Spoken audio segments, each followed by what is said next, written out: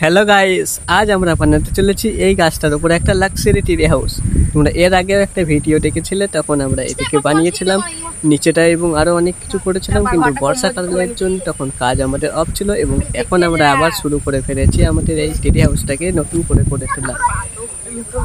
এরকম আমাদের সব টিমের মেম্বারগুলো এখন কাজে লেগে পড়েছে। এই যে একটা বান্ডর এখানে বসে রয়েছে, শুধুই বসে থাকে খালি, আরো সবাই কাজে লেগে পড়েছে এখন। চলো গাছের ওপরে চেপে দেখা যাক কেমন কি কাজ চলছে।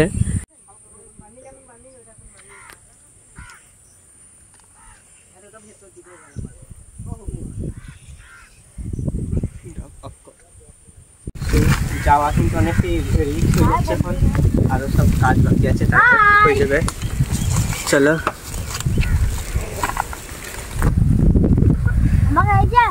এই যে দেখতেই পাচ্ছ ঘরের কাজ এখনো চলছে, চারিদিক